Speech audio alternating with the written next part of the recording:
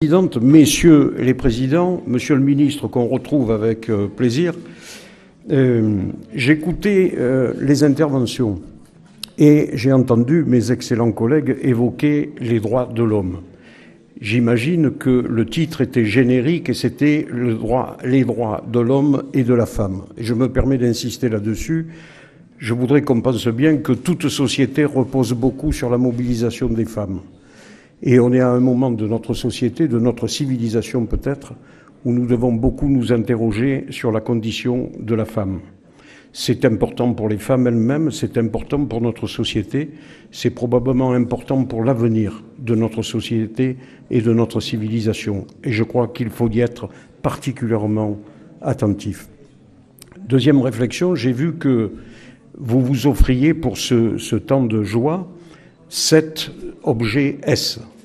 Alors ça me rappelait que dans ma région, au moment des fêtes de Nouvel An, nous on a les 13 desserts.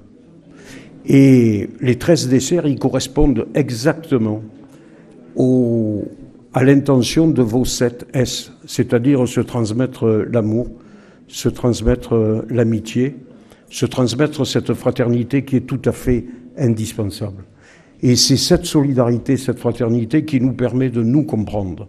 Vous, les résistants iraniens, nous, les politiques, et nous, la société française, qui est entrée un peu dans une nouvelle forme de résistance à une forme nouvelle de terrorisme. Voilà ce qui nous permet de nous comprendre, voilà ce qui nous permet de vous aider, voilà ce qui vous permet d'attendre de nous, d'attendre de la démocratie française cette aide importante, cette aide, j'allais dire, spirituelle, cette aide de tous les instants, parce que votre combat est juste et que notre devoir, c'est d'aider tout combat juste tel que, effectivement, la France des Lumières a voulu le dessiner. Alors c'est un jour de joie, mais on se réjouit avec vous de ce message d'espérance, de ce message de joie, un jour de renaissance, un nouveau jour. C'est un jour pour nous fantastique.